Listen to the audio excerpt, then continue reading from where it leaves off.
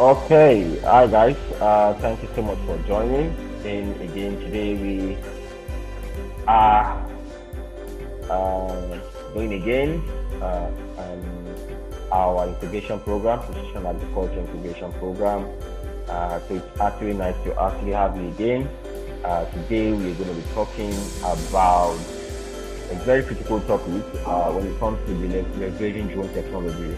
So yeah, as good as drone technology is, we must be able to understand what are the safety measures to ensure we have efficient, effective, and safe operations that are actually in line with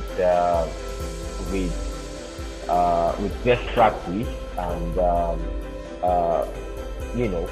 that we can actually have that is ethical. It's actually very important for us to actually know that. That's why we are actually having this class today, and I'm excited to actually having to have an aspect professional, an aviation consultant, and resource to actually take us through this. Thank you so much for joining once again. Thank you so much for joining once again. So yeah, before then, as usual, we would actually introduce the Shopfield Academy, who is actually organizing this program. Thank you so much. I'll call on Joseph to actually take us on this. Thank you. All right, good morning, everyone. Thanks once again for joining. So before we go deep into today's presentation, I'm going to be taking us again through the briefing about Precision Field Academy. You're welcome. So at Precision Field Academy, our vision is to create a world where every young person, regardless of their background, has the opportunity to become a digitally savvy farmer or agricultural professional, driving sustainable and equitable growth in their communities through the transformative power of technology. And our mission is to raise the next gen farmers that are tech inclined and digitally savvy. So, about Precision Field Academy, we are a social enterprise. We train and build the capacity of young professionals in modern and emerging technologies for the future of work and to lead with precision agriculture. And we believe in core three methodologies, which is education and knowledge sharing, training and skill development, coaching and mentorship. And I would say this program, Precision Agriculture Incubation Program, sums it all because it includes education and knowledge sharing, training and skill development, which is hands-on practical experience, including coaching and mentorship as well. So besides this, we also have our like tech skills, which we focused on, which are drone technology. So we are leveraging the power of drone technology both in data collection, pest management, predictive analysis to gather data for farmers to actually farm efficiently, eliminating guesswork. So we also focus on our GIS, that's Geographic Information System, and remote sensing. This deals with the collection of data from satellites, also using drones in remote sensing. So collecting data around the geospatial environment to actually coordinate precision agriculture. So also we have in focus data science in agriculture. So this talk more about the algorithm around data, where you have to let data to differentiate. For instance, you want to do plant classification or uh, crop evaluation and all these things. So it's around the data science, how you navigate your way around it. So also we have robotics and Internet of Things. This is more of embedded systems where you give like intelligent systems, you position them in place to work instead of you. So for instance, you have a farm, you have systems that are positioned on the farm to actually trigger your irrigation systems on at a certain time or particular time you've programmed it, so you are not necessarily need to be there. So these systems can actually carry out these functions based on the program or instructions you've given. Also, we have sorry artificial intelligence and machine learning. When the dispensation whereby artificial intelligence and machine learning is changing the game in every career and sector, and agriculture is not left out. So it's all about inclusiveness of the technology agriculture. So and lastly, we have enterprise development. This is how you train you on how you create a social enterprise that can actually solve problem, bring to life amazing technology, amazing solutions to actually advance agriculture and make farmers like save the farmer stress and help agriculture become much more better. So what do we do? Why do we do what we do? What's our motivation? We discovered there is a skill gap that needs to be closed, and young people, young professionals need to build skills on both the technical part and the enterprise part for the future of work in agriculture.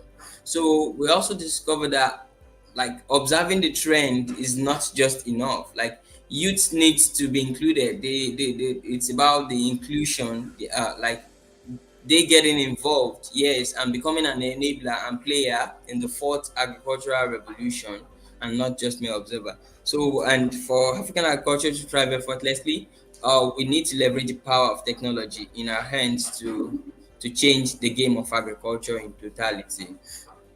So, why should you join us? We are creating a future we want in agriculture. And also, we connect you to the world of information and opportunities, which comes in terms of scholarship, internship, volunteership, on both local and international scale for your career growth. And also, we have in check our skill development. We concentrate more on the skill set, I mean, how you solve the problem. So, skill development, area of problem solving, project collaboration, community interaction and workshops and symposiums. So have it. So lastly, we have access to coaching and mentorship from industry leaders and professionals, giving you their own expert guidance for you to navigate your career easily. So at Precision Field Academy, we are a community of young, tech-inclined and digitally savvy farmer and professionals. Thank you. Yeah, thank you so much, Joseph, for that presentation. Yeah, without further ado, we let's cut the stage. It's going to be an interesting time as we are inviting our facilitator, and that's the person of uh, Jagongo Obara, a reputable wingman himself. So I'll quickly read his profile, and then he would have the stage to share with us on the topic risk assessment, human factor, and drone safety. Or you can put management there because that's all we're talking about, how we can actually manage risk, how we can actually manage potential uncertainty, risk, and occurrences, be it emergency, to prepare ahead of them. Now, uh, just a minute.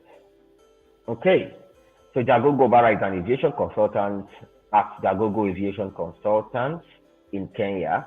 He is a professional with wealth of experience in aviation industry, with a keen focus on enhancing safety uh, and quality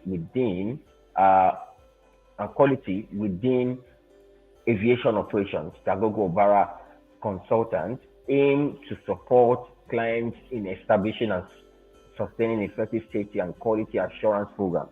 These programs are designed to provide operational control, quality assurance, and safety adherence in accordance with relevant civil aviation authority regulations and laws. Jagongo Obara is committed to driving innovation in drone technology utilization among the youth population in East Africa by empowering this community through technological advancements. He envisions fostering positive socio-economic development within the region. And of course, it's not only focused right now on East Africa. It's actually through this incubation program is actually going to be impacting folks across the world, particularly across the regions of Africa. So, Jagongo, you are welcome, and you have the floor, sir. Thank you very much for that wonderful introduction, Femi. Greetings and salam alaikum to everybody around the world.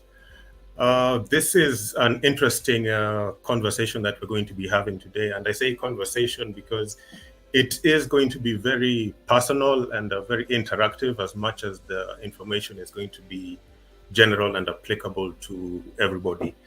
So we are in the discussion of drone safety. We have been told about how these drones fly. We have been trained on how to fly them. And we find ourselves in the field, or we find ourselves preparing for an agricultural mission.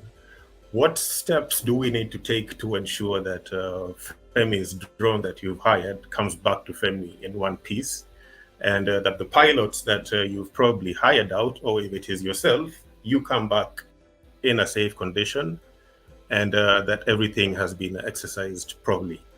So this is going to be a combination of, it's one topic, but generally broken down into three different conversations, which is going to be drone safety, which generally will factor in what safety considerations do we need to look out for. And then we'll also look into the human factors, which is you as a pilot or you as the operator in whatever capacity, not necessarily the person flying the drone. You could be an observer, you could be a mission planner, you could be a data processor. So it really doesn't matter which role you're playing. Human factors will be involved one way or another. And we'll then look at the risk assessment. So as Femi has wonderfully said, this presentation is by myself. I am a UAV quality and safety consultant, and I am also a UAV pilot instructor. My name is Clifford Obara. I prefer going by the names of Jagongo Obara, and Jagongo Obara Aviation Consultancy is my organization. I am currently based in Entebbe, although operating from, as Femi said, East Africa. So our region or our scope really does not limit us to where we are. I am in Entebbe today. Tomorrow I'm going to be in West Africa, hopefully with Femi, and so on and so forth. That is the wonderful, exciting world of aviation that we find ourselves into. So without further ado, let's get the ball rolling. we can slide over to the next. Yeah, you can. All right. So we are going to be discussing today. Thank you. We are going to be discussing mainly three issues. One is going to be what is the human factors and its relationship to unmanned aviation. I'm going to break down my conversation. As I said, there's going to be some terminologies which might be first timers or some terminologies which you are familiar with. And so when I talk about what we will be discussing, I'm going to break it down into bite sizes for you. So what is the human factors and its relationship to unmanned aviation? So we are going to be looking at these human factors, what they are, and we are going to be relating those human factors to how they affect us as unmanned aviators. Unmanned aviators because we do not sit in the pilot seat of the aircraft. The aircraft is basically flying itself. So for the Boeings and for those other jetliners, they are usually called manned aviation or manned aviators or manned pilots. As drone people, or as we call it in Swahili, ndege nyuki, we are unmanned aviators. So we will relate the two human factors and how they affect us as unmanned aviation. Secondly, we're going to have a look at the elements to consider in drone safety management. When we are talking about safety management, it is a holistic bird's eye view of the whole project. Where are we going to? What field are we going to? How are we going to get there? What crew do we need? What kind of equipment do we need to get the job done? And how do we process the data at the end of the day? So safety management is managing pieces of different, can I say, objectives, but all relating to the same goal. So those are the elements that we're going to have a look at, and just the critical ones. They could be more, they could be less, but we will look at the bare minimum that needs to be considered. And thirdly, how to conduct an effective risk assessment. We will talk about the human factors, and once we're okay with that, then we'll move on to the safety management. And if we're okay with that, then now how do we manage all these risks that may have come up, either from the human factors itself or from the safety management that we've observed on the ground.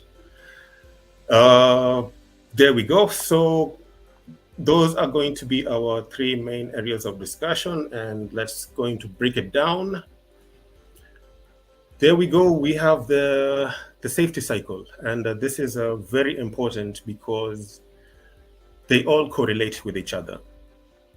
Human factors, us being human beings and being pilots and controlling the drone and doing what we need to do to map our field, or to we're going out to count crops, or whatever we're doing in the agricultural industry, or whatever you want to apply your drone with in the agricultural industry, you are still a human being at the end of the day. And how you are as a human being, or how you feel, will automatically correlate with the management of the safety. Because if you are not safe yourself, you are not in the correct state of mind to conduct a safe operation. And if that does not happen nicely, then the risk assessment is going to be affected. And it's just a continuous loop that it's never ending. The safety cycle is not one process or one event that happens, or you do your checklist and you filled out all the forms and you say, okay, good. Or you've trained and you've gotten your license and now you're like, okay, fine, let me go and be a good pilot. Yes, but it will have to be a continuous. If you do not fly, for instance, regularly, then automatically your permit or your authorization becomes at risk of being null and void. If you do not go through your medical checkups also, that also affects you. Mentally, and all these are human factors which will be broken down, and we will look at how each of them correlate with each other and why each depends on the other person. So human factors, as we have mentioned, is you and me. You, the operator, you, the pilot, me, the instructor, me, the quality guy, you, the safety guy, whatever role that you are playing, we are unmanned pilots. And I had said we are unmanned pilots because we do not sit in the aircraft itself. So we are unmanned pilots. And due to this fact, we need to be aware that as much as there is no pilot on board, a human is still in control of the Ndegenyuki.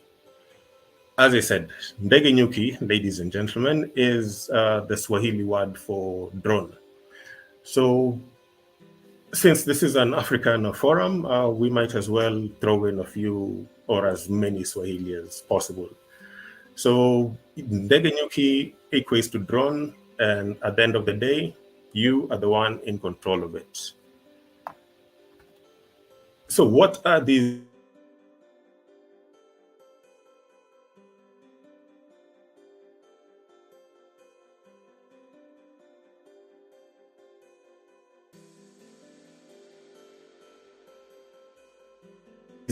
human factors? And when we talk about human factors,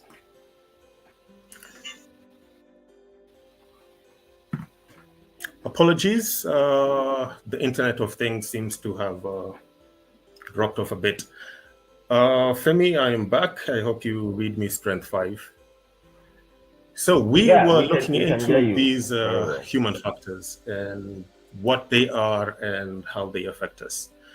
So having mentioned that human beings are ultimately responsible for flying the drone, in this case our Ndegenyuki, we need to be aware of the limitations that your body can endure and what your body can endure before you fly, or rather before you operate, during your operation, as well as after the operation.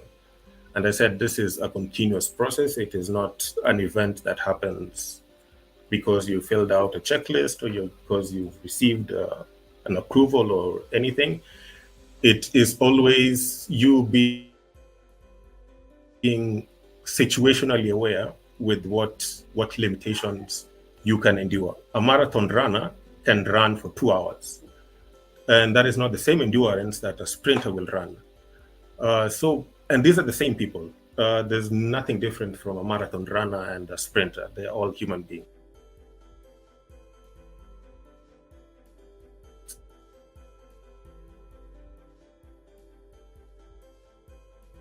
So, having mentioned that, being humans, we as remote pilots need to be aware of the following limitations.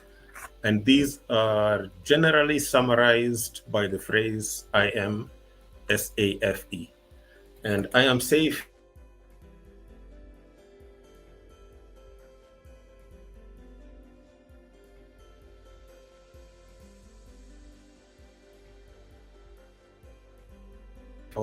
is like a personal checklist.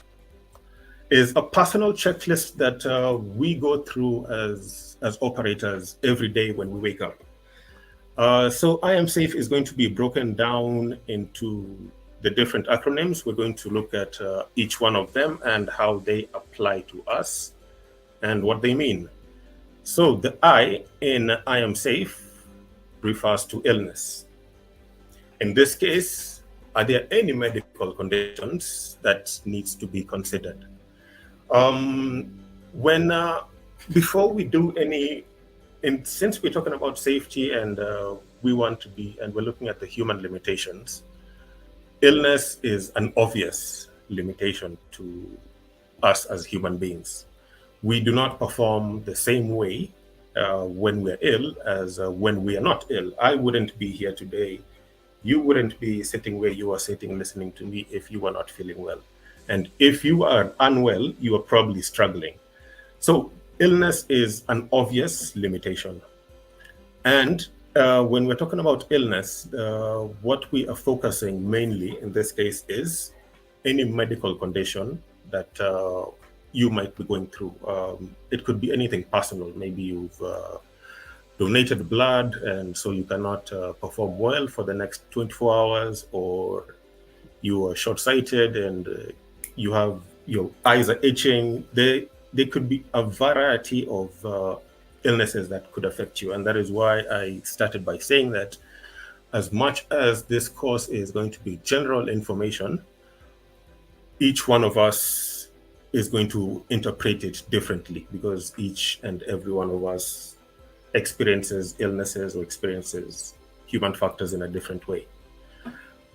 Generally, when we're talking about illnesses, and if we are considering any medical conditions, the rule of thumb is do not fly if not feeling well, or in doubt of your ability to perform at 100%. So those are two things that are happening over here. If you are not feeling well, or if I have a headache, for instance, then it's within your control to say, all right, let me just postpone this flight, or let me delay it, or let me just not do it at all. Or if you have a feeling that you might not be at 100%, I could be having a flu. That doesn't stop me from moving around or from commuting from point A to B, but having a flu will not allow me to operate at 100%. And so that is what we are talking about here. If you are not feeling well for any reason, just generally do not fly if not feeling well, or in doubt of your ability to perform at 100%. We always want to be at our best. 100% for yourself, 100% for the aircraft. All right, and the next acronym that's in I am safe is the M, and the M in this case is medication. Okay, generally as a pilot, you will have to go through a medical assessment, and this medical assessment is usually valid only for commercial activities or for commercial pilots.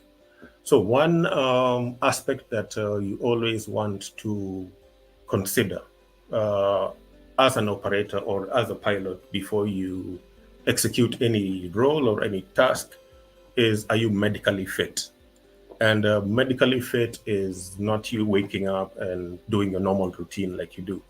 Medically fit means you have either one, been assessed by a medical doctor, and by that issued a medical certificate, or are you under any medication that may affect your ability to fly if you are not subject to the medical certificate, and you are say you are performing non-flying activities, then are you under any medication? And if you are under any medication, will it interfere with your ability to perform? There are some medications which will indicate that do not perform machinery, or you might feel drowsy or might have certain side effects. If you are under medication and there are no side effects, and it actually helps you perform better, then by all means, that is a medication you need. But if you are on medication that might limit you, remember, we want to be at 100%. Anything that will bring it down to 90 something, we generally want to either avoid it or stay away from it. But then what happens is, always consult an aviation doctor when medication is required. That does not mean that if you need to take medication, then you run away from your activities. You still can. And the general rule of thumb is always consult an aviation doctor. These are specialized men and women who are general doctors, but have gone extra training to assess what the human, or rather what the pilot can, what it takes to make a pilot medically fit. So they check things like your eyesight, how far can you read? Are you short-sighted? Do you need to wear corrective lenses or specs? They check your hearing. They literally just do a whole ECG on your heart system. They're like lawyers. they're like your personal guy. It's very fortunate for aviators to have dedicated men and women as aviation doctors, because these people really go out of their way to understand you as a pilot, and they really take their time to tell you what is good for you, what is not good for you, how to be healthy, how to just generally be a good pilot, and how to be medically fit. And generally what they will issue you is a medical certificate, which is being broken down into two sections. I'm going to start with the first section, just to give you a rough idea of the elements that go into, or rather the information that is obtained in this medical certificate. This is mine over here. So at the top over there is the issuing authority. In this case, mine was issued by the Kenya Civil Aviation Authority. And the medical class 3, which is indicated at the top over there as well, there are different sections or different layers of medicals. You can either have a class 1 certificate, or a class 2 certificate, or a class 3 certificate. It just depends on the nature of operations that you're doing as a pilot. So for me, for instance, I'm operating on a class 3, and that is what has been indicated on the top. And then it goes to indicate also the licensing authority. In this case, this was a KCAA, which is a Kenya Civil Aviation Authority. It could be issued by South Africa's Civil Aviation Authority, or the Nigerian. It could be issued by anybody. They all issue the same certificates, no matter where you are in Africa. Then the license number for mine, in this case, it is YK 700 RPL. And then it's going to indicate the name of the holder, your date of birth, your nationality, your height, which the doctor measures, the weight, the color of your hair, color of your eyes, your gender, and the examination date. And it also indicates over there are there any limitations or restrictions? If there are any limitations, then it will be indicated over there, whatever the doctor shall have assessed, depending on what they feel might be limiting you, or what you need to consider. So in this case, for me, there was no limitations, which is good. And then below that is the signature of the medical doctor. Obviously, they have to stamp it, and it is obviously approved by the Kenya Medical Association. And you sign it as well down there below with your ID or your passport number, just to indicate that you have acknowledged the information, or you agree with the outcome of the assessment. Generally, a certificate is not valid if it is not signed by both the issuing person and the person receiving it. And so if I hadn't signed it, then generally I cannot use the certificate, as much as it was me who was assessed. So it only becomes valid once the medical doctor has approved it and you have agreed to it. On the second page, which is the second image on your right, that is just general information about the certificate. So as you can see, we had mentioned earlier, class 1, 2, 3. I am on the class 3, and that is RPL and the date that it is valid until. So this medical certificate of mine is only valid for 12 months, in this case 1 year. So it was conducted last year, and it is only going to be applicable until 2025, which is next year. So obviously they also did an ECG on me. It's optional. Sometimes it just depends. As I said, for me, I have a condition that which is, it's like hypertension. Actually, I am hypertensive, and so that requires me to undergo an ECG and to check my heart rates and all those things that they do. And so I have to do that frequently. And so this is what I was telling you. This is a fabulous thing about having an aviation doctor. They actually go out of their way and do amazing things to make sure that you are medically fit, no matter what conditions you have. So I need to do another ECG again in 2026. I think it is valid for about 2 years. So this is the general information that is in the certificate. And below that, they also talk about what you are obligated to do under the civil aviation personnel licensing regulations. Those are the regulations number 12. Again, these are the Kenyan regulations. It's, as I said, it really does not matter who the issuing authority is.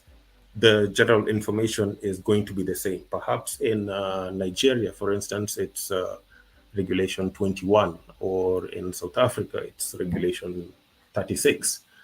It really doesn't matter, but there is a regulation that corresponds to this in any civil aviation personnel licensing. So ours is regulation 12, and it is talking about what will cause you to decrease your medical fitness. So, okay, I've been given my medical. Everything is okay. I'm fit and everything. There's no limitations. I walk out of the clinic, and automatically at that point, there are some certain conditions which will render this document either null and void or will require to be reviewed. So these are the conditions that they are talking about down there. What will cause your medical fitness to decrease? Is it when you wake up and you're not feeling well, or is it when you've had a long day at the office?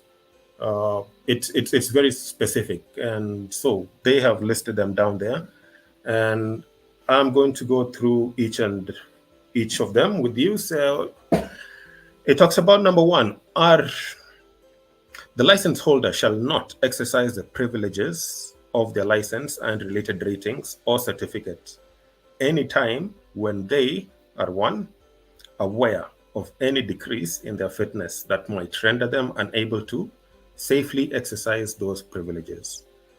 So if you are aware that something is going to happen, you are in a stressful situation, you're having a headache, if you are aware that there's going to be any decrease in that fitness that might render you to operate safely, then automatically you need to take time out. If it's something that you can recover from, then, as I said, these are human factors. You know yourself, you know your limitations. If you, again, confirm that the situation or whatever had rendered your fitness to be decreased has gone back up to 100%, then your certificate comes back online. Now, number 2, take or use prescribed or non-prescribed medication that is likely to interfere with the safe exercise of the privileges of this license. So, as I said, are we under any medication? And that is what we have highlighted. Are you under any medication that might affect your ability to fly? That is where we take that from, or rather, that is where we got that keynote from. You are allowed to take prescriptions, as I mentioned earlier. Just consult your aviation medical doctor. They are going to give you the correct dose to allow you to operate safely. And they're also going to tell you which medication that you are supposed to be taking. Then number 3 talks about, have you received any medical, surgical, or other treatment that is likely to interfere with flight safety? In addition, the license holder shall, without undue delay, seek aeromedical advice when they. Now, remember, keynote here, they have not talked about shall seek medical advice. you shall seek aeromedical advice. And aeromedical advice is taking us back to our trusty medical doctors.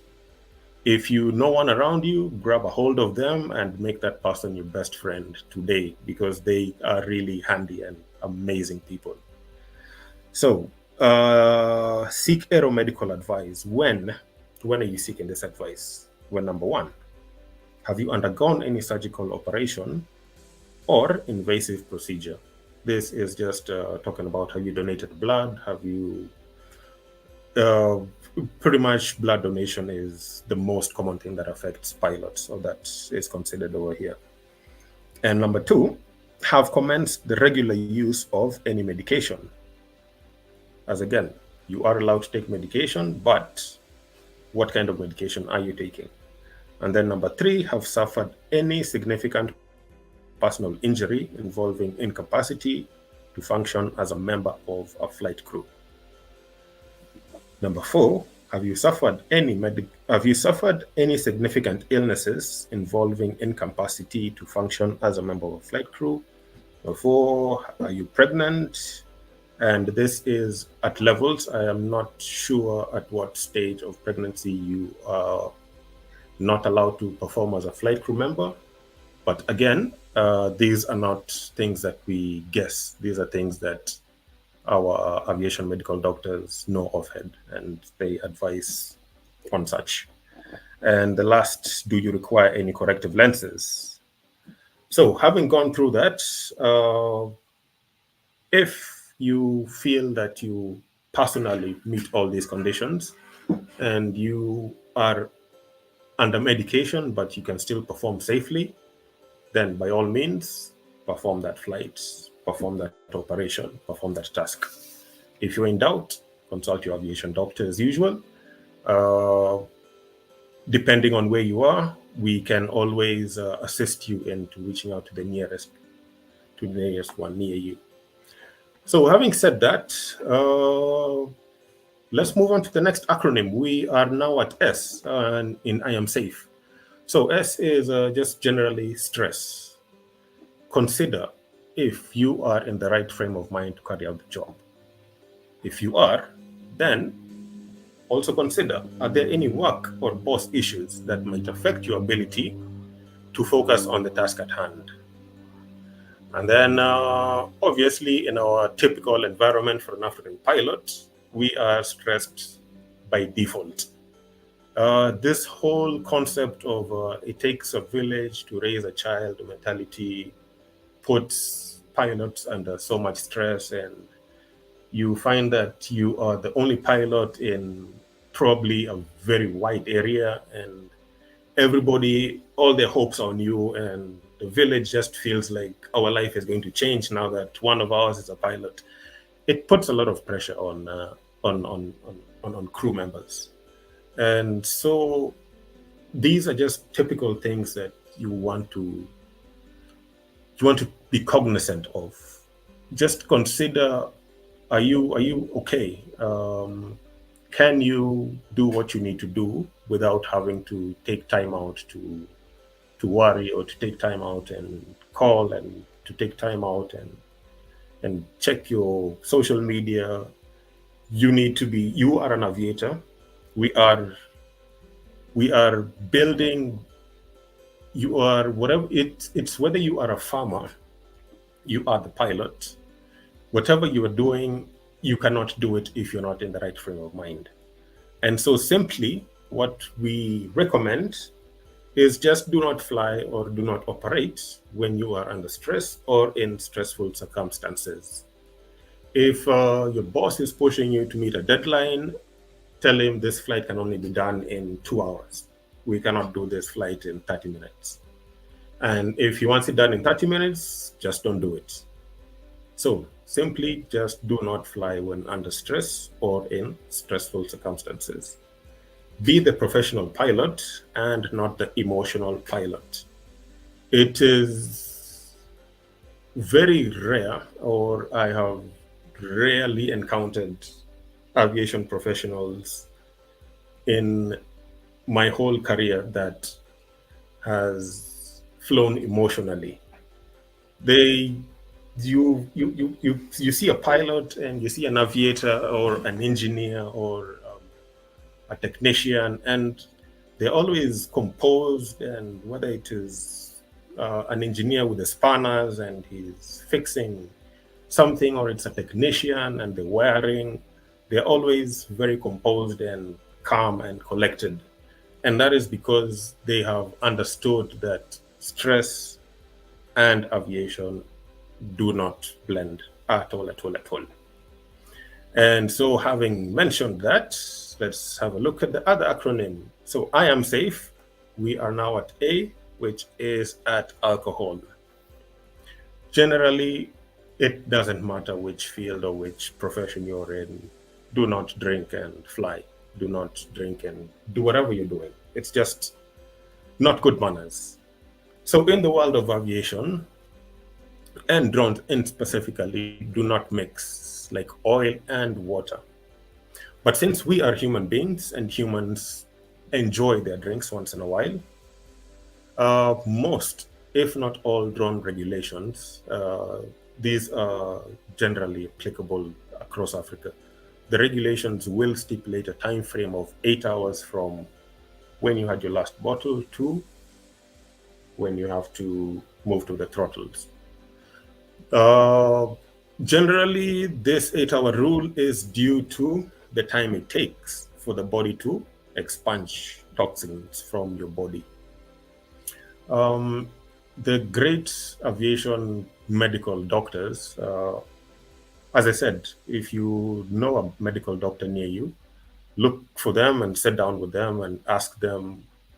For me, as Clifford, if I drink 2 beers today, how long is it going to take those 2 beers to exit from my system? And they're going to look at you and say, okay, Clifford, you are how old? Okay, and how heavy are you? What do you do? They'll generally calculate that for you as Clifford, it's going to take you 24 hours for the alcohol to exit your system. Or it's going to take you 1 hour, or it's going to take you, it depends. But they will specifically break it down for you. That is on the worst case scenario when you just have had a long day and you just want to have a beer at the end of the day and you want to fly tomorrow. So generally, by the regulations, the rule is 8 hours from your last drink. But also this depends on how much your last drink was. A heavy last drink will not be 8 hours compared to a light last drink. To break it down or to be more specific, always consult your aviation doctor. And these are things that, as I said, I am safe. You are talking to yourself.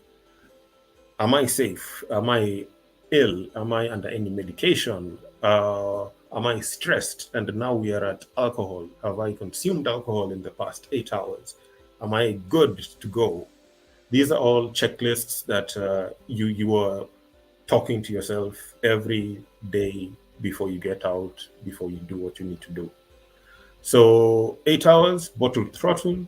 If you're in doubt, look for your medical guy. We are now at F, which is in the I am safe, fatigue.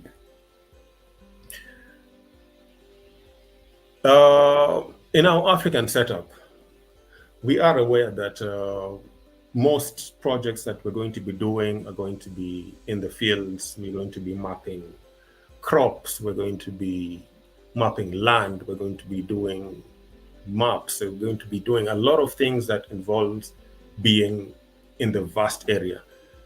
And generally, agricultural fields that we fly over are not close to where we operate from or where we live.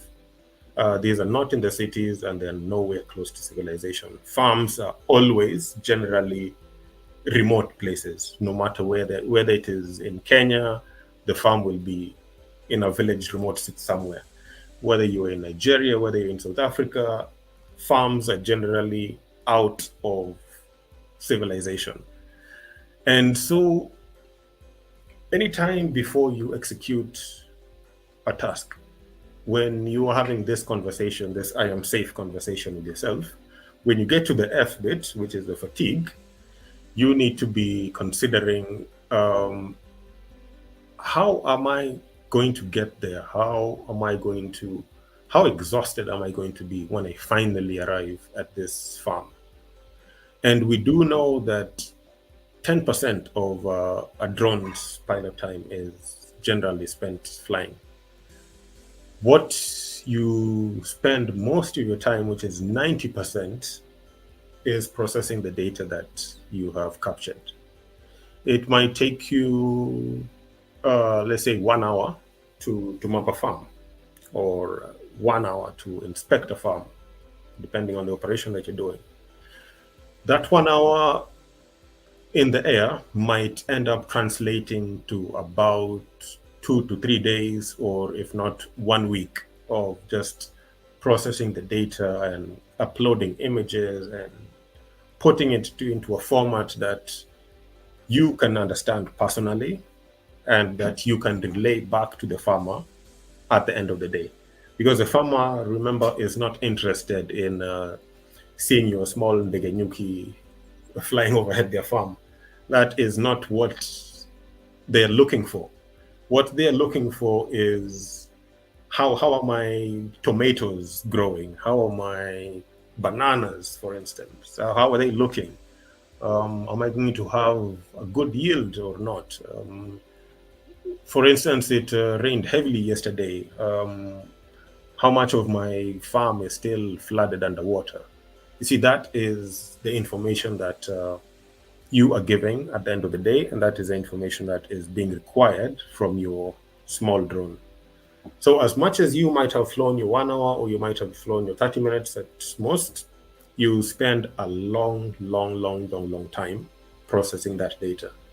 And this are what we need to also be considering. Am I going to be too exhausted at the end of the day to give the client what he needs? Am I capable of doing the flight and moving around and spending another 2-3 days processing the data and then another 1 day talking to the farmer? Or do I need to break down the flight and give somebody else a job of processing the data, and then give somebody else a job of talking to the farmer? These are all considerations that that you're considering as an individual. And remember, as I said, as humans, we all operate on different scales, on different wavelengths. Somebody can run a marathon, somebody cannot. I can probably fly 2 hours consecutively. Somebody else can probably fly 8 hours consecutively. Somebody else can only control for only 1 hour. These are all things that you need to be aware about personally. And remember, as much as fatigue affects us all generally, it affects us individually, separately. What it takes to make me tired is not what it takes to make you tired. So in this whole I am safe checklist, you need to have a conversation with yourself on a daily basis. What made me fatigued yesterday is not the same thing that might make me fatigued tomorrow. Maybe I've just learned to climb the hill. So I climbed the hill today and I was dead. And then tomorrow I climbed the hill and it's not too bad. On the third day, you climb the hill and it's like you're walking in a straight, level road. So our fatigue levels also increase depending on our level of tolerance. And our level of tolerance is also not the same. So just be aware individually what will stress you out, what will fatigue you, and so on and so forth. And managing fatigue is a skill a drone pilot needs to learn personally, as we all have different limitations. Okay. We are now at E in our I am safe. So, in our African context, we love our food. There is no African household I have been to, whether it is in Egypt, whether it is South Africa, whether it is in the West, food is always a major component of anything we do. Before you do anything, food is going to come first. And so as pilots and as aviators, why would you want to go to the field on an empty tummy? Just doesn't make sense. So please, when you're doing your checklist, when you're evaluating yourself and you're doing your I am safe and you get to the E, if you have not eaten, that is the time to grab something to bite. And remember, as operators, we are going in vast, remote places. Farms are not 1 hour or 2 hour drive. Sometimes you'll drive maybe for 3 hours just to get to the farm, and then another 1 hour just looking for the exact location. And you find that there's a lot happening. You might end up going through the whole day without having to bite anything. Not because you are not hungry, but you just don't have the time, and you just cannot eat. Even if you had a sandwich next to you, you just cannot drop and pick it up and just bite. So this checklist is here to help you mitigate that. Remember, we want to be safe at the end of the day. We do not want to postpone safety. I think in aviation, and when safety is being considered, it's not something that we have the luxury of pushing forward and saying that, okay, I've gotten to the E bit, eating. No, I've not eaten, but let me throw a sandwich in the bag. I'm going to attack it later on. It doesn't work like that. Eat as much as you can when you can. Okay. And that concludes our I am safe checklist. And so now we were looking into the second bit of our conversation. Remember, the first bit was talking about human factors and everything that affects you as a pilot. And we have looked into what will affect you as a pilot. We have looked into the medical fitness, and the key from human factors in this case is two things. Befriend an aviation doctor. And as I said, we are not looking for medical advice. We are looking for aeromedical advice.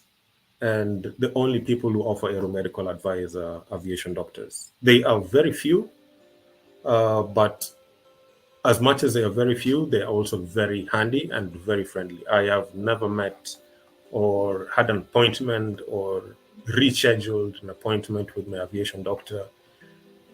They might have 10, 25 patients a day, one patient a day.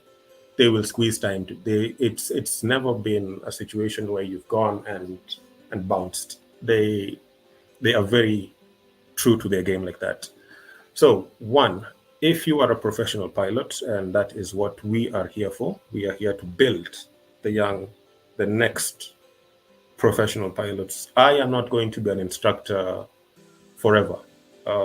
One of you are going to do this course next year. So we are here trying to build you as an individual to come and take over or to learn better from what we had done.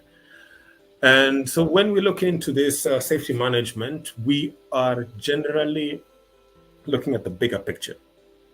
Drone safety management is the process of looking at the entire project from a bird's eye view to try and assure that the flight takes place safely and that all risks and hazards are reduced to an acceptable level.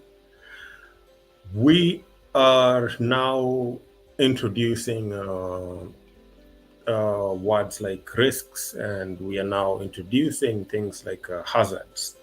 And why are we measuring them? Because safety is an aspect of risk and a hazard. If there is no risk and there is no hazard, then we're safe. But there is going to be a risk and there is going to be a hazard. And that is what we are trying to consider in the safety management and how to mitigate it. So we do know that as much as risks exist all around us, It's not always possible to eliminate it, but we can, as professionals, mitigate and employ certain things that will reduce or make our operation more friendly. If, for instance, we are flying in a cloudy day and there's chances of rain happening, rain is obviously going to be our risk for the day. And so, as when we're looking into the safety management, do we want to fly in the rain? Probably no. So, do we not fly? Yes, we do fly. But now, what do we do? And now, this is where it comes into reducing it to an acceptable level, whereby probably we have checked the weather report and we have a 1 hour gap, or we have a 2 hour gap, and we only want to fly for 30 minutes. If we have that 2 hour gap of good weather, then now that becomes what we have done to reduce that risk to an acceptable level. And risks come in all shapes and sizes. The whole point is to always reduce everything and to manage your safety as best as you can. And remember, this safety management is considering you as a pilot, you are considering the aircraft, you're considering where you're going to be operating from, how you're going to get there. You are generally just looking at the whole project. I want to go and map 1 acre in another state. So the mapping of the 1 acre is the project. And how you actually do that mapping will involve very many steps. You need to get to the field itself. You'll need to fly the aircraft. You'll need to process the data. You'll need to put it in a PDF or in color that can be read by anybody. And so the whole process is what we are trying to consider. And generally, 3 areas that we consider. It's not limited to these, but these are the main areas when we are doing our bird's eye view of safety management. And first and foremost is the crew, second is the aircraft, and third is the space that we fly. So we do know that planes don't fly themselves. The crew is everybody involved. The crew is the pilot, the crew is the observer, the crew is the technician on the ground, anybody involved, the project manager, it could be anybody, that is a crew. So safety management, the professional drone or project manager will ensure that all crew required for the task are adequately trained and or briefed for the flight to be carried out. So when you're considering crew and safety management, generally those are the aspects that you are looking out for. Are the crew trained? Are they medically fit? And do they know what the objective is? If we're going to map 1 acre, they need to know that it's 1 acre being mapped. And we're not just going to fly for 30 minutes. So briefing will involve, it will assure the whole team that everybody knows what is happening, everybody knows what to do and when to do. And that way, everybody will have peace of mind that this operation, we have the right crew and they're safe and everything is going to be carried out the way it needs to be. On the aircraft, the second one, what we need to consider is a qualified pilot flying a faulty aircraft will not result in a safe flight. That is obvious. You could have the best crew on earth, but the most lousiest aircraft. That will not give you a safe operation. You do not put a qualified pilot and give him a shady aircraft, for instance, and then expect, because Clifford is a very good pilot, he's been flying for the past 20, 30 years, he can fly anything in the world. That is not being safe, and that is something that we need to consider. Safety is not based on Yes, Clifford knows how to fly. Safety is a consideration of, is the aircraft airworthy? And now these are where our technicians come in. And updates. Remember, right now we are talking about the Internet of Things. Everything is online. Drones are not they're not an engine which runs on fuel. They are pretty much just hardware. And this hardware is obviously subject to updates. Firmwares expire. Sometimes drone information is updated for various reasons. And so, in the safety aspect of the aircraft, you also want to look into, do you have the correct person maintaining these aircrafts? What kind of drone engineer are we building? When we look on the aircraft, we also want to consider, when was it last updated? Just same way we update our phones on a regular basis, our drones also need to be updated on a regular basis. And also, we need to be ensure that we are operating with the correct applications or the correct payloads are being used. Do not buy or use a camera drone, for instance, and apply a cargo pod on it just because we want to go and drop seeds in a farm somewhere. The payload that we used to map the field yesterday cannot be substituted for a cargo pod just because we've mapped the field. All right, now let's go and drop seeds. Each aircraft has its designed purpose. Cargo aircrafts do certain reasons, do cargo flights, as the name suggests. Camera drones, as the name suggests, they do camera work. So we, on a safety aspect, just apply the correct payload. And payload in this case, we are talking about anything that is added onto the aircraft other than the wings. So whether it is your camera that you want to map the field with, whether it is a cargo pod that is going to carry seeds, you as the safety guy, when you're considering what you're going to be doing, you need to pick the most appropriate aircraft for the job at hand. So you have the crew, you've trained them fantastically. You have fantastic aircraft, which has been updated and everything is fit and good. So where are we going to be doing our work? Third, and the most important, is the flight space. Ensure that the area is approved for all air and ground hazards, and everything has been considered and mitigated.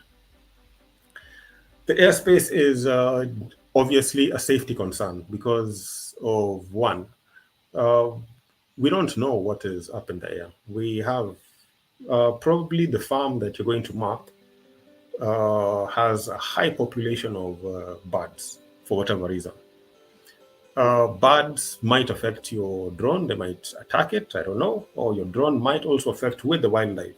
It is not always wildlife that has to go around us. Sometimes us as professionals also need to be aware that the airspace is not ours to do as we want to, and sometimes also need to be cognizant that we might be affecting with the local wildlife. We also want to be aware of, could there be possibility of any flights in wherever farm we're going to be flying at? If so, this is generally just a safety issue, which has been mentioned before. We know our maximum flight altitudes. But as far as having a bird's eye view of safety management, focus on these three areas and you'll generally be good. It is not limited, as I said, to these three elements. It just depends on, you can add a fourth one, you can add a fifth one. It just depends on the complexity of the job you're doing. But on a bare minimum, no matter how easy the job is or how difficult it is, If you have these 3 minimum areas in focus, you should generally be assured that you're going to have a safe operation.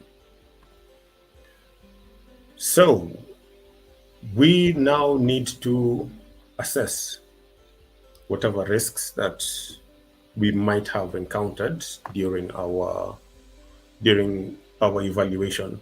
So we've gone through these 3, and so now we need to assess the risk. Is our crew trained? If not, what do we need to do to give them the skills required? And so this is where we are right now. You are viewing me from wherever you're viewing me. Yesterday, you didn't have the information. Today, you have the information. Tomorrow, you're going to apply the information. And so this is a way of assessing the risks. What you might consider something a hazard. Let's say a risk assessment, for instance, is the process of identifying potential hazards and analyzing what could happen if that disaster or hazard occurs. So we are going to, let me give you an example, for instance. Risk assessment, we are going to map 1 acre of field. And in that 1 acre field, there's corns. And so the corn is what we're going to map. How are they growing? Are they healthy? Do they need more fertilizer? Do they need more watering? And so that's information the farmer wants at the end of the day. So what are the risks that could be associated with something simple as mapping 1 acre farm? That is now what, as a professional, you need to start thinking about. What are the risks that could be involved? For instance, where is this farm that we are going to map? Is it easily accessible? And what is the weather that is in this area? What kind of equipment do we need? What kind of personnel do we require? So everything that could go wrong, you generally want to have it at the back of your mind that should one thing happen, then I am going to execute these measures or execute these procedures. So it is generally you as an individual or you as a team coming together and discussing how high do we need to fly to map the corn in this 1 acre? How many passes do we need? Have we verified that we have permission to operate? If not, do we need permission to operate? Do we need the farm owner manager to be there? There are so many risks that happen in aviation. It's impossible to analyze them all, but with the correct team and with at least having an overview of these 3, you should be able to have a general overview of what the risks will be involved for that mission. So you are doing analysis, you are planning for whatever might happen, and when you're planning for this eventuality, you might have plan A, plan B, plan C, just as many as you can, just to make sure that in case whichever is easier out of the 3, you can land on any. And then the process, how are you going to do this?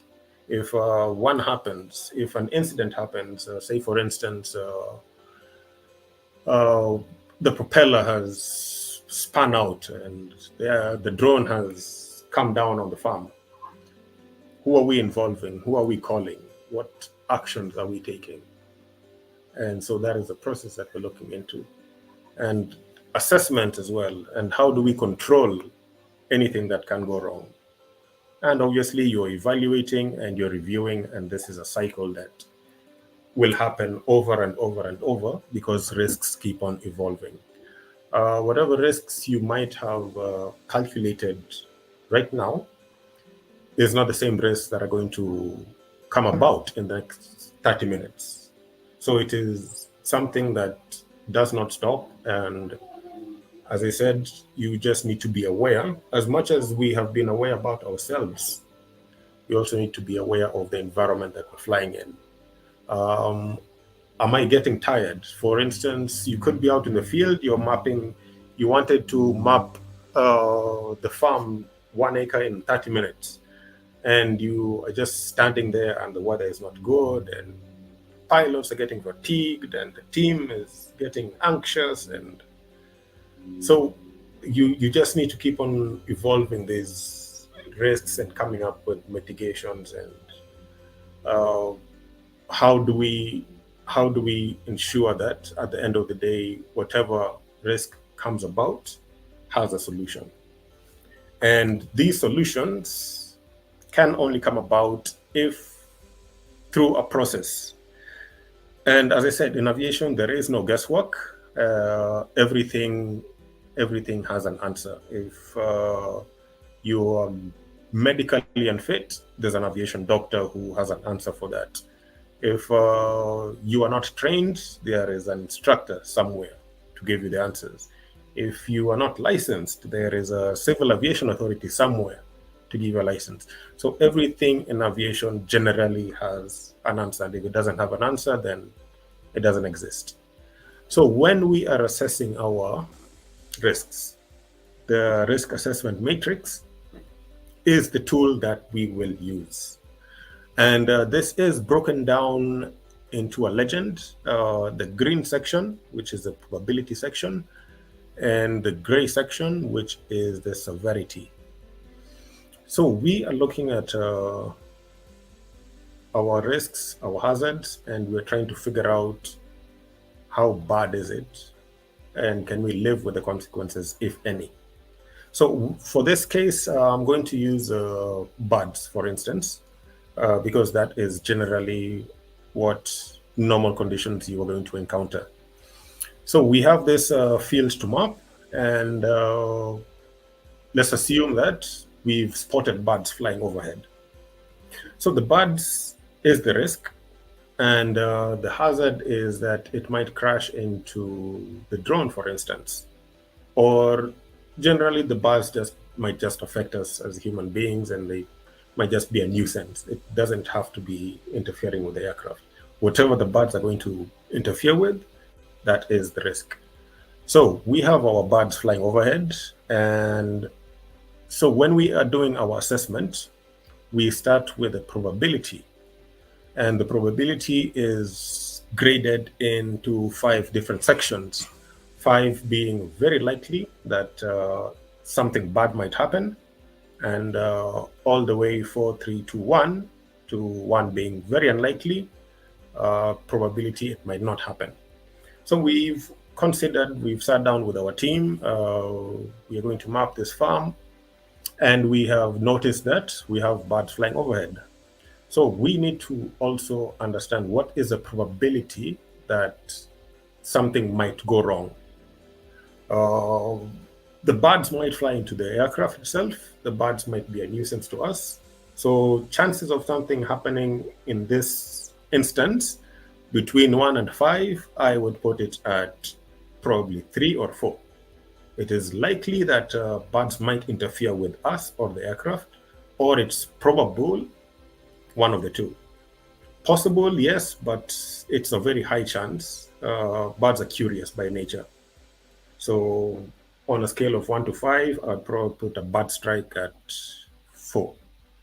And so once we figured out the likeliness that it's going to happen, we move over to the gray section, which is the severity bit. And under severity, it is also graded from 5 to 1. 5 being really bad, and 1 being not too bad. We can get away with it. So 5 is a fatality, and people have probably died or worse. Major environmental incident, say a major environmental incident. In this case, we were mapping the 1 acre, and our drone has caught fire, and it has landed on the farm, and now everything is in fire, and crops are being destroyed, and things are really bad. That is what we consider 5 on the severity scale. 4 is a major injury. Probably the drone has cut somebody's hand, or the drone has injured somebody. and then, or probably there's severe damage. It just crashed into a building and has cracked a windscreen, or it has crashed into a vehicle. And so that is the kind of incidences that you're considering when you are making your assessment using this severity table. 3 is less severe. And in this case, what is happening is a medical injury. Or so maybe you've, whatever medical incident that has occurred, and the damage, obviously, to the infrastructure or to the aircraft. 2 and 1, minor injury, no injury, small impact, and no environmental impact. So 2 things are going to happen. 1, we are going to look at the probability of this risk becoming bad, and we grade that between 1 to 5. So probability of us hitting the buds is very likely, so I'll put it at 4, and then you multiply that by the severity. So if the drone, the buds affect or harm the aircraft, what is the severity of that? I'm thinking on there's going to be damage. That one is for sure. And are we going to require medical injury? Probably yes. If it comes down and crashes on people, then that is an issue. Or if the bird itself comes and attacks me as a pilot, then that is also an issue which might require medical injury. So in this case, we're looking at 4, and we're looking at a severity of 3, which is medical injury and damage. So 4 by 3, in this case, then you figure out, can you live with a medical injury should it occur? In this case, if it does happen, then that will not be a safe operation at the end of the day. If the birds attack the drone, for instance, and it damages the drone, that is obviously also not a safe environment. And we want this drone fit for tomorrow's flight and for the future. We do not want to fly. These drones are expensive. Your health is also very expensive. If a bird attacks you or attacks the aircraft, those are not 2 scenarios that are safe in any professional's point of view. So what do we do then? Now that we know that medical injury might occur and the drone obviously will be damaged, do we still go ahead and operate? Yes, we do. Why do we still go ahead and operate? Because we are going to employ something that will have to make us happy with these birds. And generally, what we might want to consider doing in this case is probably scaring them away, if that is an option. Most birds will definitely get curious initially, but will be scared away if pushed. So if you cannot scare them away, for instance, then you also want to consider employing an observer, for instance. If one person is flying, you might want to consider having another person or somebody dedicated just to observing the sky and looking out for these birds, if they're staying away from us or if they're going to be a nuisance to us. So if I have an observer behind me looking out for the birds or scaring them away, then in my risk assessment matrix, as much as it reduces the likeliness now from 3 to probable, and it also reduces the 3 medical injury to 2 or to 1, because I am going to be aware that there's a bird coming and I'm going to employ evasive maneuvers, which makes me happy as a pilot, as compared to when I was not aware that there are birds activities behind us, because it is not always that you have the luxury of flying the plane and looking out and watching out other people. You are multitasking so much on the controls and on the flight. You do not have any room to to do your risk assessment. And remember, the risk assessment is continual. It is not check the box and you're done with your assessment. So since this is an exercise that happens continually, all operations for it to happen safely will require an observer at the end of the day. I know this table might seem a bit challenging for people who are still new. As I said, this information is not for today only. This information is general and continual. So we have considered ourselves, we have considered the equipment, we have done everything in our 360-degree view. We are pretty much sure that we are going to have a safe operation. We have the best trained crew, we have the latest aircraft, it is up to date and everything. Then we get to our go or no go. Go or no go refers to the process of evaluating various factors to determine whether it is safe and appropriate to proceed with a planned flight, mission, or activity.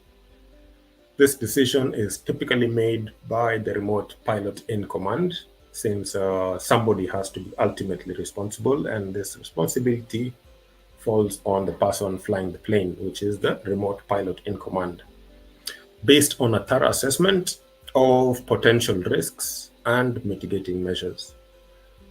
And so your decision to go or no go, it's not, as I said, it's not a once-off, check the box, okay, we're good to go. You might be good to go 1 minute and the next minute you're not good to go. And in this instance, that is a weather app, which I uploaded today. And unfortunately, where I currently am in Entebbe, it is not a good day to fly. And that is based on a lot of parameters. And so generally, yesterday I had planned everything nicely, waking up today thinking I'm going to go up, and nope, the app tells me you're not going anywhere. So these are just certain things that we consider as go or no go. It could also be a medical issue. We've planned our flight nicely, or we've planned our training session fantastically, and I wake up and I just have a nasty flu and I'm not feeling fantastic at all. And I call my aviation doctor and she tells me, you know what, just take the day off, you don't sound good at all. That is also a no-go decision. Generally, go or no-go decisions will lie with three things. It's either going to be you as an individual, you are not fit for this flight at all, I am not safe. That is a go or no-go decision. And if we have done our I am safe and we are up to it, then another go or no-go is going to be the weather. Can the weather permit us to fly? That is going to be your second go or no-go decision. The third could just be anything else. You don't have a permit to fly on that day. You've not been approved, or your flight certificate has not come out. Those are also generally go or no-go decisions. We have the aircraft, we have everything, but KCA is taking too long to issue me with my pilot license. Yeah, as much as you are capable of conducting the flight, it is not a safe option to fly without a permit, without a license, without anything that is required. And having said that, thank you very much. As I said, this conversation is continual. Safety management is not something that is discussed and understood in one day. And therefore, the mentoring that Precision Field Academy offers is what we are here for. Scenarios, as I said, will change. Human factors, as I said, are going to vary from person to person. The safety aspects to be considered are going to vary from project to project, from area to area. And so this is the information that we are here to help you with and to give you guidance and assistance on. My details are going to be shared if you do not have them already. And if you have any safety concern, any safety question, any human factors question, anything that you feel that you want more information on, please look out for me. We're here for you. And so that concludes my presentation. Femi, thank you so much for the opportunity. It's been lovely. Yeah. Over to you, Femi. Thank you so much, Raymond. Obara, thank you so much. That was actually detailed, practical, and simple. Yeah, you had to broke it down, and I hope that anyone who has paid attention be able to follow through and understand that silent runs is not just about taking off and just taking off into the sky. And that's actually what you're expressing to us today.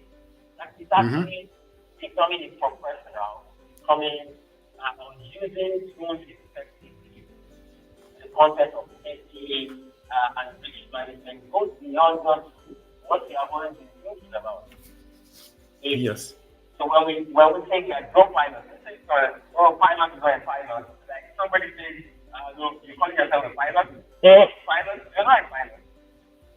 But with your class, anyone listening from you can be able to say, oh, what is actually required by mass aviation? And similar safety consciousness is also what is required to become a drone pilot. And use the drone, because we all are playing in the aviation. We all use the headspace. So we are supposed to use this technology in a way that is safe, is effective, is ethically guided, and this is what you've actually expressed to us today. Thank you so much once again. Our wingman. I like to call it wingman. So guys, if you have questions, it's actually time for questions. Time for questions, Bill and A. If you have questions, can you drop, we will be looking at the comment section, for your questions. And if you also have comments for Obara, please drop it there. I would like to actually share with him your questions, your comments, your feedback. Yes, on human factors. Okay, we have questions already. Please keep them coming in. So, you actually mentioned about situational awareness, and in during the lecture on, I think we want to go there on risk, particularly on stress. Yes, stress. So if I would ask, because for an agricultural pilot like us, so this is agricultural content, and thanks so much for the content of agriculture. We always find there, when you're actually flying your phantom, trying to map, or trying to get into the, you always find them somewhere. Some of them really do actually identify them. Now, on stress, agricultural pilots, particularly those of us who use sprayers or the big air control, as you may be aware, and how many hours would you say it is recommended for one to fly? Because sometimes it can take you for money done, and trying to manage stress. So how do you respond to that in terms of pilots managing their stress or and keeping situational awareness that alertness to their health, the vigor? Yeah, I'd like to hear from you. Yeah, that's very interesting, because generally we tend to push ourselves a bit too much in the interest of meeting the client's demands, or sometimes you get approvals and they're only valid for one day, and you have to maximize that one day to the fullest. And generally in my field of view, what I've come to figure out is it's not as straightforward as limiting yourself to fly only 3 hours or fly 8 hours. Sometimes what usually works is fly multi-crew. For in my case, what we normally do is if we are going out to the field and we're probably mapping a solar plant, which is hectares and hectares. Simply just multitask. One person flies 2 hectares, the other person flies other hectares. By the time you're getting back to the controls, you are fresh, you've rested, you've taken a sip. And so you find that as a pilot, you can operate the whole day, but you're only active probably for only 3 hours. So if in doubt, multi-crew. Yeah, that answers the question. If in doubt of your capability to fly, please engage multi-crew. And that's actually some of the things that we do during our operations, particularly the longer operations, trying to spray thousands of hectares and trying to also meet with deadlines. You can actually be under pressure. It can actually be like that. For example, solar panel, I've done that before, thousands, like 50 megawatts. And I need to share this to actually, sharing our mistakes, it's also part of the aviation life. It went smoothly, the operations, but there was something that actually happened. I was the one trying to fix the sensor. I was the one trying to take the drone to the to the field. And I was the one trying to stay beside the drone in the car, to get to the site again when they start, all of these things. And it happened that in the process of transportation, the laser rangefinder, the car got into the ditch. Africa, we don't have smooth roads sometimes. Yeah. We got into the ditch, and the sensor on the drone just hit something and it cracked. Wow. It was a very expensive one. But good that we're not really depending on the laser finder. We got on with the job. But of course, the client was like, it's part of what we're saying. The pressure, trying to keep up, so you need to actually really plan your crew management. How many people do you need to ensure that the pilots are actually comfortable? Do you need observers? Do you need to actually exchange pilots? Things like these are very, very important. Yeah, thank you so much for sharing your expert perspective on that. So we have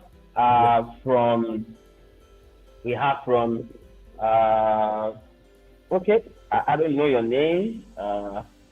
Okay, but let's read your question. It says, on human factor, can someone with eye defect, let's say one eye, be approved to fly a drone? Yeah, let me answer that question by going back to what I had mentioned about looking for your aviation doctor and making them your new best friend. Those are generally the kind of advice that they offer. Unfortunately, me not being a medical person, I might say yes. I don't see why you cannot fly with one eye. Personally, I can close one eye and fly. But the aviation doctor will now probably put on your medical certificate that these are the conditions, and I've approved this gentleman with this defect to carry on or carry out his pilot duties. So it might not, I'm sure it will not disqualify you, but a concrete answer will probably come from the aviation doctors. And as a rule of thumb, if anything medical related, your best friend is your aviation doctor. Your best friend is your aviation doctor. I think let me quickly pull that forward. Make your aviation doctor your new best friend. Yes, your new best friend. Yeah. Okay, so we have another question. Is this a question? Yeah, I think it's a question. Thanks so much for the presentation. Okay, thank you so much, Mohammed. I see. Could you please provide certificate of attendance I guess you responded to Mohammed on your LinkedIn, Obara. Okay, personally. So, but Mohammed, this is actually an incubation program. If you do well to register, check Precision Field Academy on LinkedIn. You would find the registration link. Register there. This is an incubation program, 2 months long. So kindly join us in the 2 month incubation. There are exercises for you to do and all that. Then you can be able to have a certificate of completion with us. But I believe that Obara has actually responded to you on LinkedIn. Or you want to actually make comments on that, Obara? Yeah, Mohammed did reach out earlier, and I'm in touch with him. I'm going to I'm going to reach out to you, Mohammed, and assist you better. Okay. But as Femi said, for this particular course, it's a broader certificate which is coming at the end of the day. So if you want something specifically more on safety, I'll respond to that separately. Okay, thank you so much. So there's a question from caller.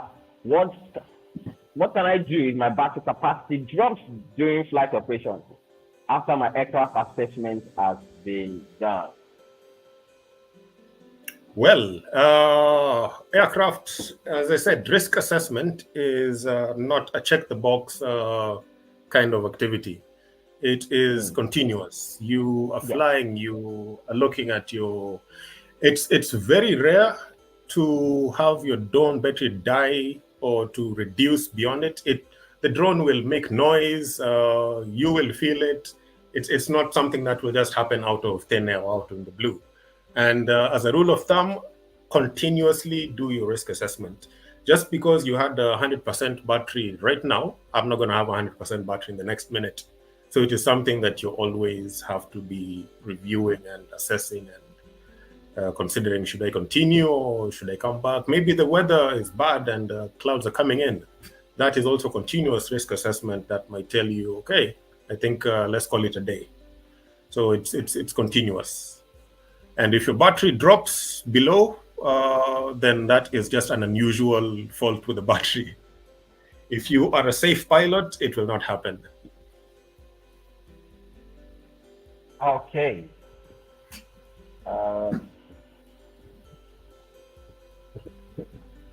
All right. I think that answers your question. Do we have... Okay, let me answer this question. Do we have aviation doctor in Nigeria? Yes, we do. We do. So you can just find yourself at the NCA office. You get. There's a medical. There's a what do you call them? Medical hospital in Ikeja. So they are there, and particularly around any airport, you will always find them. So yeah, that should answer your question. Thank you so much, guys. Thank you so much.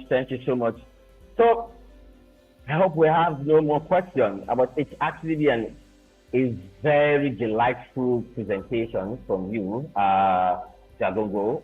I mean, I so much love it. How you actually broke it down. And I hope that your listeners, we have mixed audience. We have professionals, we have enthusiasts, we have drone pilots, beginners, but now you can be able to see that this is aviation talk. This is not just to call yourself a drone professional. It's not just about knowing how to fly drones. It's about knowing how to use drones in a safe manner, ethical manner, and in a manner that is regulatory compliant. These are actually the clues of professionalism when it comes to drone piloting. So you would Jagongo is a drone instructor. Femi is a UK civil aviation commercial certified pilot. And while all of this may, when I can fly drones, it goes beyond that. So once again, we want to actually appreciate our speaker, who has actually taken us through risk assessment, human factors, and drone safety management. Jagongo Obara is actually an aviation safety consultant and also an astute drone pilot instructor. Thank you so much. He is also a co. Let me just a minute, please. Just a minute. I want to get this.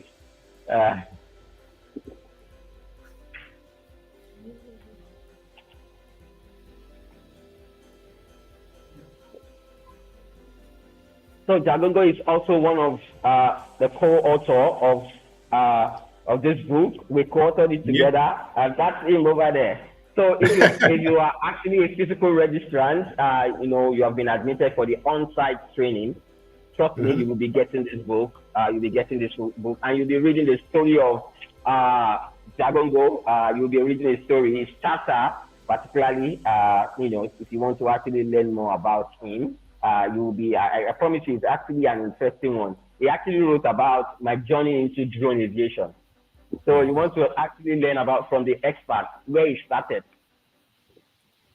Okay, so if you are actually part of the incubation program, this is going to be given to you as part of your training package. So I think that's exciting, Obara. I mean, I'm so excited. I'm so excited. Thank you so much. And thanks to our sponsors. So tomorrow starts with, we are going to be starting our drone flight simulation at the office in Lagos. We are ready for you. We are prepared. We've shown you. So guys, don't miss this opportunity. I hope that Joseph, the administrator of the incubation program, has reached out to you and make yourself available in Lagos. If you have any concern, write us at Precision. Let me just put that up. Precision Field Academy at gmail.com. If you have any concern, you want to share something with us, Precision Field Academy at gmail.com is actually where you write to. We are actually ready to actually receive you. It's going to be a step-by-step from simulation, from simulator to drone building class, to also practical class next week. I mean, flying on the field next week. That step by step to make you normative and building your competence for the future of work is actually all we are all about. So we're looking forward to actually having you from tomorrow in the office to learn. We have the class ready for you. Instructors are ready to actually receive you. What more do I want to share with you? So it's going to be tomorrow, Thursday, and Friday. And some of you who have requested for Saturday, we are looking at what we can do to have you in class. Our joy, and I need to actually say this. We know that a commitment fee. We are actually charging you a commitment fee of 50,000 naira, but it's a commitment fee. It's not. This training is practically free. If you want to actually say practically free, 50,000 is not up to $50. Jagongo. It's not up to $50. I mean, it's a commitment fee, and we are actually committed to empowering you. Don't take this for granted. Don't take this for granted. However, if you do not have the financial means, like I said, this is practically free.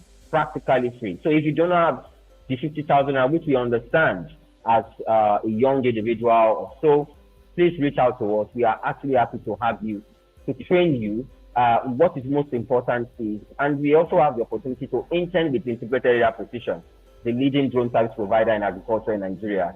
We are going to be selecting the best, but show your commitment, show your enthusiasm, show your readiness to actually get on with us. And I think I should mention that if you have anybody who is interested in working with us at Integrated Area Precision, there is actually a drone pilot training program, which is still linked to this incubation program, but with different objectives, slightly different objectives. Please reach out, register through our social media channel and also our website. We would be happy to have you. I hope that is all that I would like to announce. Once again, we want to say thank you to Jagongo Obara. Thank you so much, sir. Thank you. So, you would like to actually give us the last word, your last word on this presentation section. Thank you. Just one message to the young guys out there. As Femi has said, we are here for you guys. We are here to give you the knowledge. We are here to educate.